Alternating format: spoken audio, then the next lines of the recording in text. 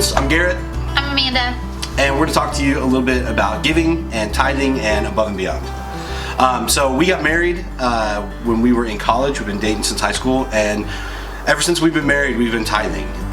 It's just kind of something that we do. I think being generous in general is just really important. You look at the first Christians in the Bible, and the Fellowship of Believers were just selling like everything they had and giving it to anyone who had need. And yeah, way more than 10%. Yeah. So I think it's important that, you know, those of us who, I feel like it's a lot of us just blessed with, you know, really more than we need. But the church has needs, people in the church have needs, and so we should give generously to those needs.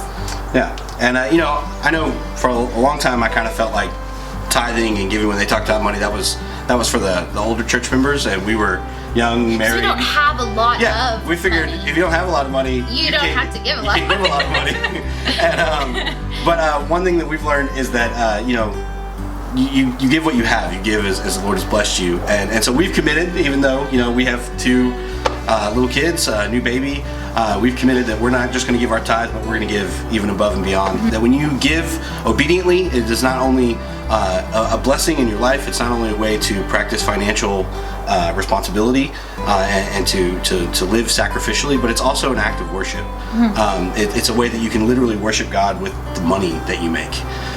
Because if Jesus is supposed to be Lord of our lives, he has to be Lord over every aspect, and that includes our finances.